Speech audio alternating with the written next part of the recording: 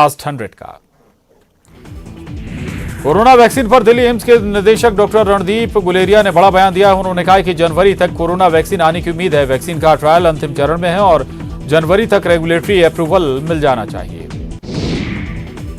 विज्ञान भवन में सरकार और किसानों के साथ चौथे दौर की वार्ता जारी है। इससे पहले केंद्रीय गृह मंत्री अमित शाह के घर बैठक हुई, जिसमें केंद्रीय कृषि मंत्री नरेंद्र सिंह तोमर और केंद्रीय मंत्री पीयूष गोयल शामिल हुए।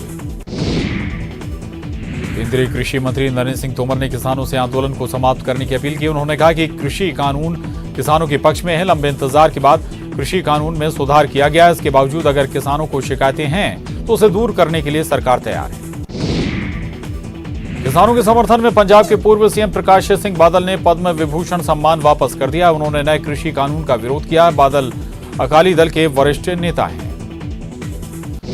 प्रकाश सिंह बादल के बाद सुखदेव सिंह ढींढसा भी पद्म भूषण लौटाएंगे। नए कृषि कानून के विरोध में और किसानों के समर्थन में राज्यसभा सदस्य सुखदेव सिंह ढींढसा ने सम्मान लौटाने का ऐलान किया है।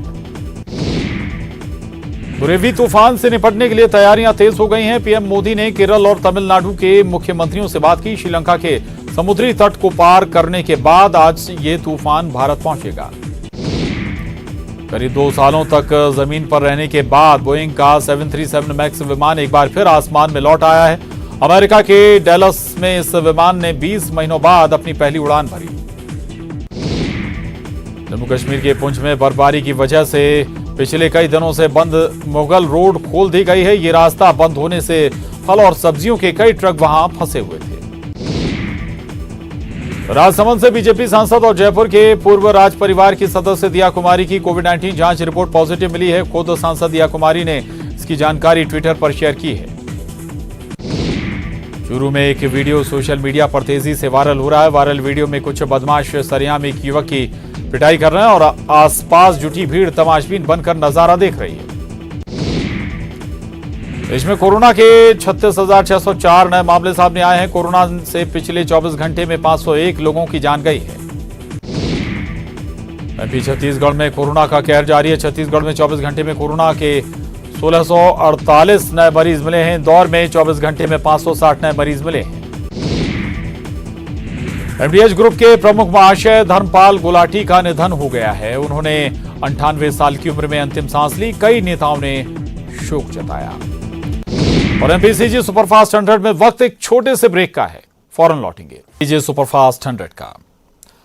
किसान आंदोलन के बीच सीएम शिवराज सिंह चौहान ने प्रदेश के 5 लाख किसानों को 100 करोड़ रुपए की सौगात दी। 5 लाख किसानों के खाते में 100 करोड़ की राशि ट्रांसफर की गई। इस दौरान सीएम शिवराज ने 5 जिलों के किसानों से बात भी की।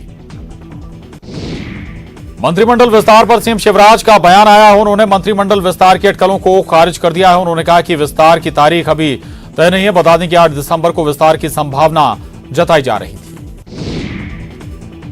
भोपाल में गृह मंत्री नरोत्तम मिश्रा ने बड़ा ऐलान किया। उन्होंने कहा कि ऐसा नहीं होगा कि एमपी में वैक्सीन के लिए वॉलंटियर ना मिले। मैं खुद वैक्सीन के ट्रायल के लिए तैयार हूं। मैं आज ही वैक्सीन ट्रायल के लिए डॉक्टर से बात करूंगा। एमपी में बिजली फिर महंगी होने वाली है। ऊर्जा मंत्री प्रद्युम्न सिंह तोमर ने साफ शब्दों में कहा है कि प्रदेश का खर्च चलाने के लिए बिजली के दाम बढ़ाना जरूरी हो गया है। बिजली बिल से सरकार को एक अच्छी आय आती है।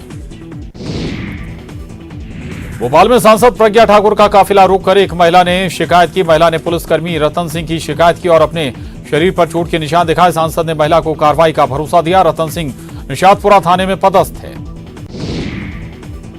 एमपी में अब निर्माण कार्य महंगे हो जाएंगे। पीडब्ल्यूडी विभाग ने सड़क, पुल और मकान के निर्माण का शेड्यूल ऑफ रेट्स जारी किया है। नए एसओआर में निर्माण कार्य में लगने वाले सामान की कीमत 8 से 10% तक बढ़ाई गई है।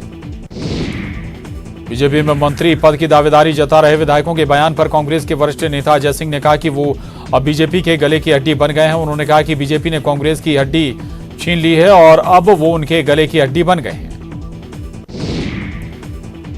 किसानों के आंदोलन पर कांग्रेस नेता अजय सिंह ने कहा कि सरकार को किसानों से चर्चा करनी चाहिए। सरकार को कृषि बिल वापस लेना चाहिए और किसानों के आंदोलन को कांग्रेस का पूरा समर्थन है।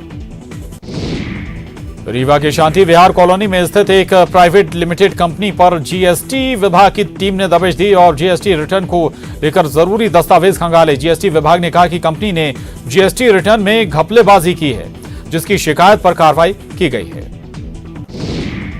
ग्वालियर के किसान दिल्ली रवाना हुए। इस दौरान किसानों ने 5 बैरिकेड्स तोड़े। हरियाणा पुलिस ने किसानों को पलवल में रोका, जिसके बाद ग्वालियर के किसान धरने पर बैठ गए।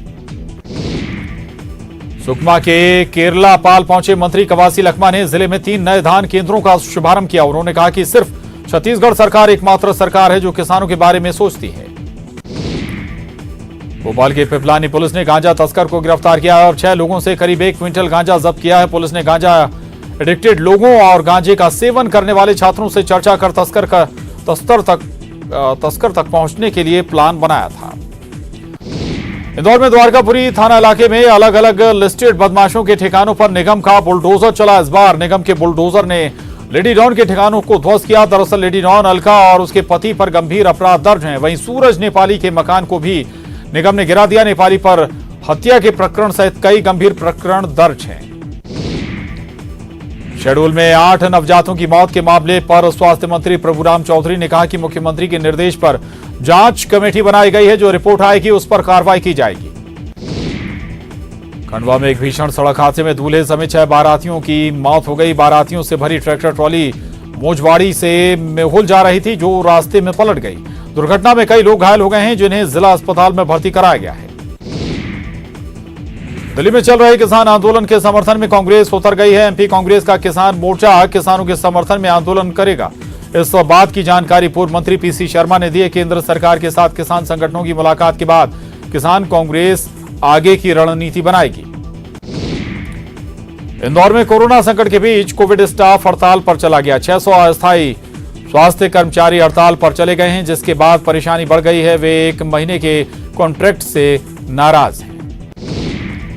इंदौर में 8वीं बार कोरोना पॉजिटिव मरीजों का आंकड़ा 550 के पार पहुंच गया है। पिछले 24 घंटे में 560 मरीज पॉजिटिव पाए गए हैं। अब तक 5,23,385 सैंपलों की जांच की जा चुकी है। इनमें से 43,846 पॉजिटिव पाए गए। 243 मरीज हॉस्पिटल से डिस्चार्ज किए गए। वहीं 4 मरीजों की मौत के बाद अब तक इंदौर में कोरोना संक्रमण से मरने वालों की संख्या 771 पर पहुंच गई। खासगी ट्रस्ट और ट्रस्टी को जवाब के लिए सुप्रीम कोर्ट से 4 सप्ताह का वक्त मिल गया है। अब जनवरी में मालिकाना हक को लेकर शीर्ष अदालत सुनवाई करेगी। हाईकोर्ट ने ट्रस्ट और ट्रस्टी के खिलाफ जांच करने सहित कई आदेश जारी किए थे।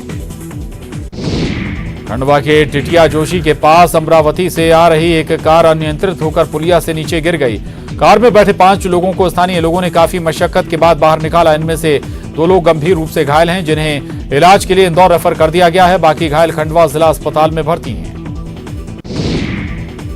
जबलपुर पहुंचे ऊर्जा मंत्री प्रद्युम्न सिंह तोमर एक्शन में देखे, जहां उन्होंने कॉल सेंटर का निरीक्षण किया। वहीं पावर ट्रांसमिशन कंपनी के अलग अलग इकाइयों का भी दौरा किया। तोमर ने कहा कि वे ऊर्जा विभाग के हर क्षेत्र की समीक्षा कर रहे हैं। बीजापुर में मुखबिरी के शक में माओवादियों ने 2 ग्रामीण युवकों की हत्या कर दी।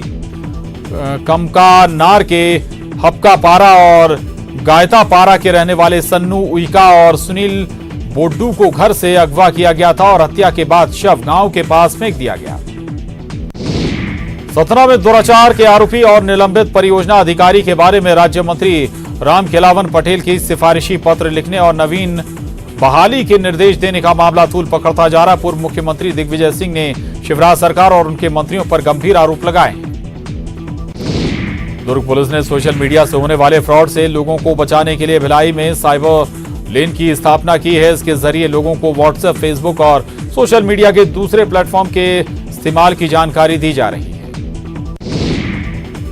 बेमेतरा में मजदूर एक बार फिर पलायन करने लगे हैं। कोरोना काल में इन मजदूरों को सरकार ने लाखों रुपए खर्च करके वापस लाई थी, लेकिन अब इन मजदूरों को काम नहीं मिल रहा है और ये फिर से पलायन करने लगे हैं। प्रशासन भी इन्हें रोकने की कोशिश नहीं कर रहा।